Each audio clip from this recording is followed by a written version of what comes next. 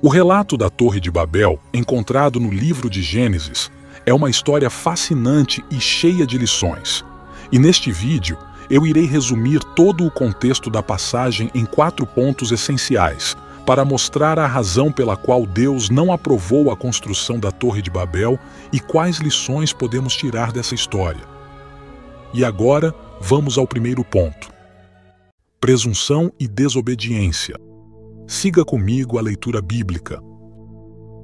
Gênesis, capítulo 11 e versículos do 1 ao 4 diz o seguinte: Toda a terra tinha uma só língua e a mesma maneira de falar. Aconteceu que, à medida que se deslocaram para o leste, encontraram uma planície na terra de Sinear e ali se estabeleceram. E disseram uns: Vamos fazer tijolos e queimá-los bem. Assim, usaram tijolos em vez de pedra e piche em vez de argamassa.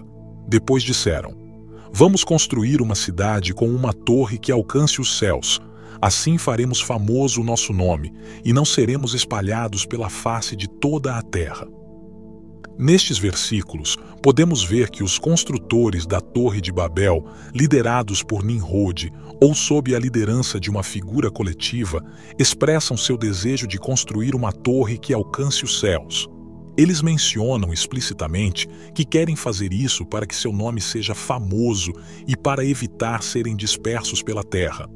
Esta intenção de elevar seu próprio nome e evitar a dispersão reflete um desejo de grandeza e unidade que é frequentemente interpretado como presunção e desobediência à vontade de Deus. E como podemos afirmar isso? Bem simples. Se voltarmos um pouco no livro de Gênesis, mais precisamente no capítulo 9 e versículo 1, vemos o seguinte: E abençoou Deus a Noé e a seus filhos, e disse-lhes: Frutificai e multiplicai-vos, e enchei a terra.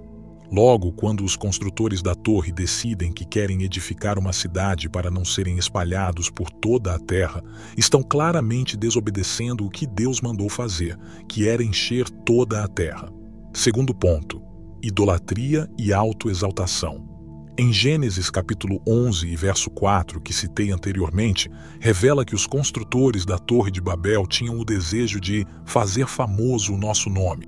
Isso sugere que eles estavam mais interessados em promover seu próprio nome e reputação do que em glorificar a Deus. O ato de construir uma torre pode ser visto como um esforço para criar uma obra grandiosa que simbolizaria sua própria grandeza, poder e autoexaltação. Ou seja, eles estariam adorando a si mesmos e seus próprios feitos. Terceiro ponto: divisão e confusão. A divisão e confusão das línguas na narrativa da Torre de Babel são claramente apresentadas na Bíblia.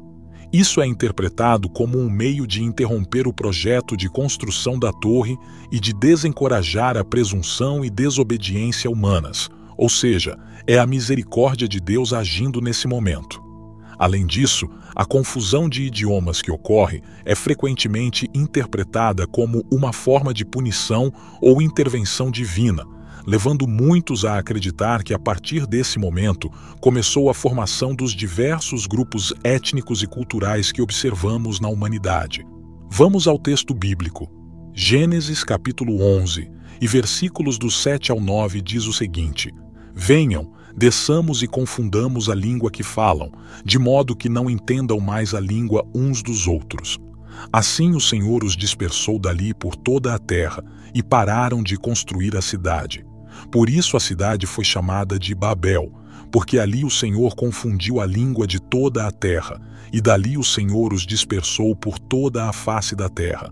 Nesses versículos, a ação divina de confundir as línguas foi vista como um meio de interromper o projeto de construção da torre e de evitar que a humanidade continuasse em seu caminho de orgulho e desobediência.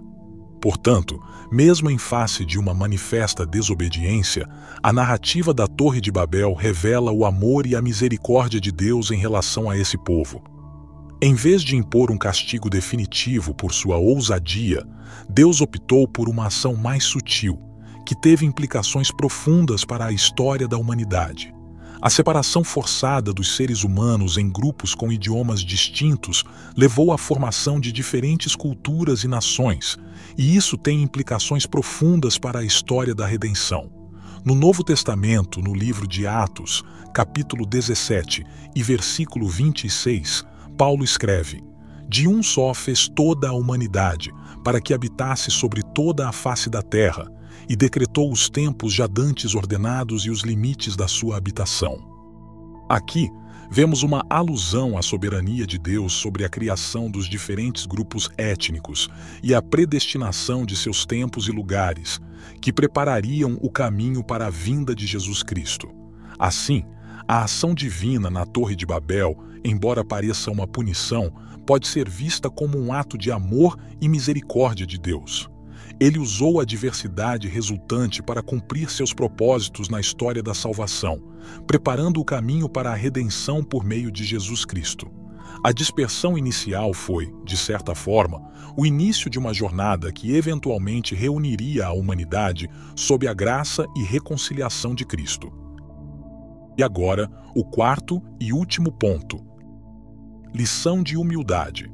A história da Torre de Babel, como mencionado anteriormente, é frequentemente vista como uma narrativa que ensina a importância da humildade. Os construtores da torre demonstraram presunção e arrogância ao desafiar a vontade de Deus, tentando se elevar ao nível divino. A confusão linguística e a dispersão resultante são interpretadas como uma correção divina para a arrogância humana. Essa lição de humildade enfatiza que os seres humanos devem reconhecer sua dependência de Deus e sua necessidade de seguir seus planos e mandamentos, em vez de buscar sua própria exaltação e independência. Ao construir a torre, os seres humanos estavam essencialmente buscando a autossuficiência e a independência de Deus, o que é visto como uma atitude orgulhosa. A humildade não é sinal de fraqueza, mas sim de força espiritual. Lembre-se o que Jesus disse: "Quem a si mesmo se exaltar será humilhado, e quem a si mesmo se humilhar será exaltado." Assim, abrace a humildade como um caminho para a verdadeira grandeza e uma jornada de amor e serviço ao próximo. Espero que tenham gostado do vídeo. Não se esqueçam de se inscrever no canal e ativar o sininho. Que Deus te abençoe e até a próxima.